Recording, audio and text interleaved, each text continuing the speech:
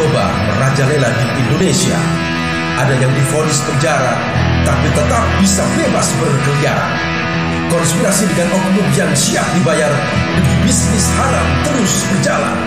Kriminalisasi orang tak bersalah sudah biasa.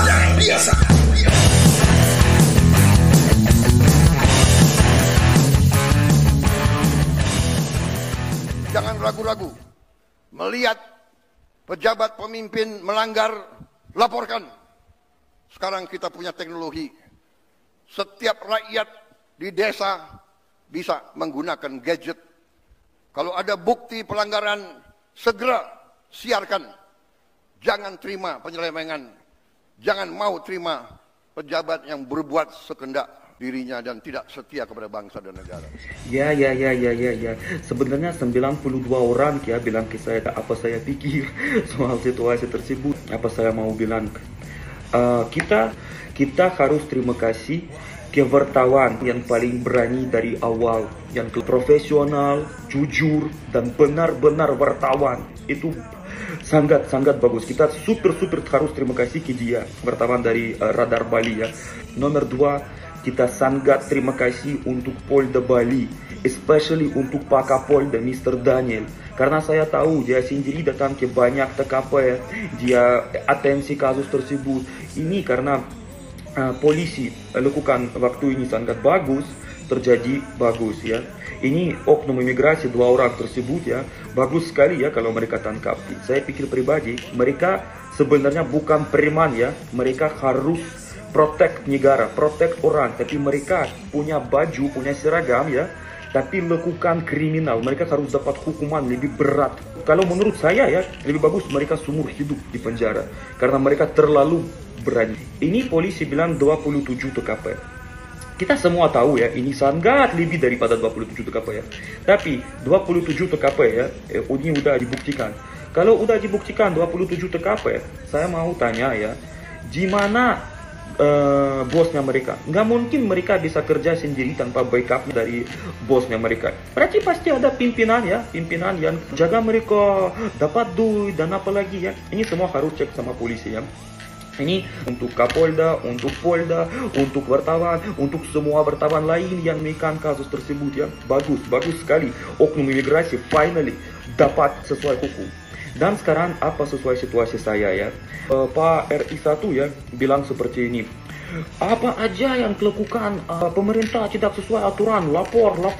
Ya, tapi ya tim saya dan saya udah laporkan kemana-mana. Istana RI1, RI2, Mabes Polri, banyak kementerian, banyak sekali ya.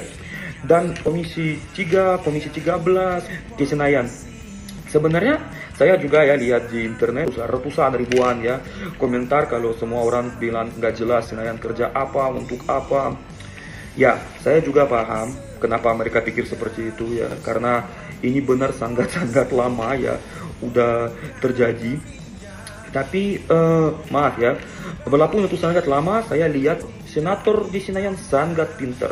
Setelah mereka lihat semua bukti, mereka 100% mengerti kalau saya yang benar, imigrasi yang bermain. Kalau saya dapat sidang di Senayan ya, itu harus terjadi apa? Saya nggak mungkin bisa damai.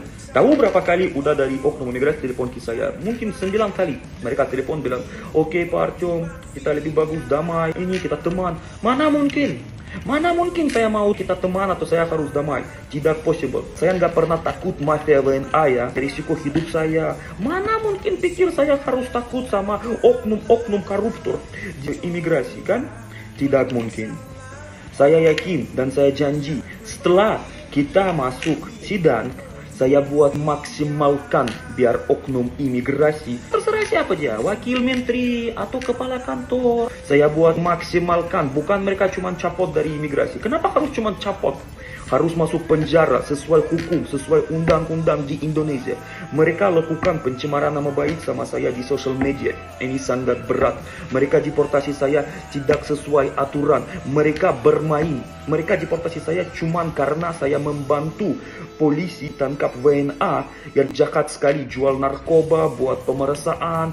Dan sekarang kita buktikan nanti ya. Lihat ya, 2 orang ke imigrasi, 27 TKP mereka pemeriksaan turis. Ambil uang, ancam. Terus kok bisa seperti itu?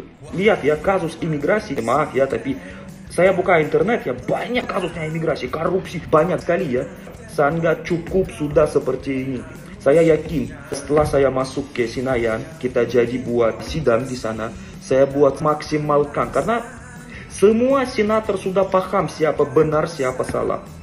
Dan kita balik ke Pak RI 1 ya. Pak RI 1 bilang lapor ya.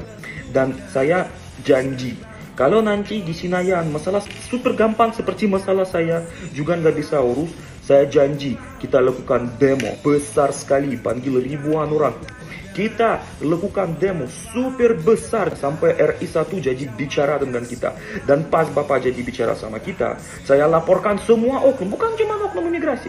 Siapapun yang semua waktu ini kita udah kasih lapor, kita dapat surat terima, siapapun bermain, saya mau komplain soal semua. Biar Bapak RI 1 paham.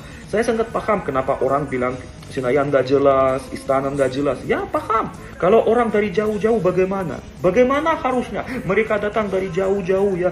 Itu super lama. Siapa bayar tiket, hotel, akomodasi? Sangat paham. Super susah, super sulit di Indonesia dapat keadilan.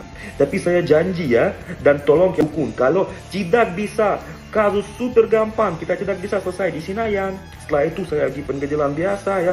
Kalau kita tidak bisa selesai kasus tersebut, saya janji kita buat demo sangat besar sampai Pak RI 1 jadi bicara sama kita. Dan saya kasih lihat ke dia bukti semua, bukan cuma imigrasi, semua orang yang waktu ini kita pernah laporkan dan tidak ada yang kerja sesuai aturan.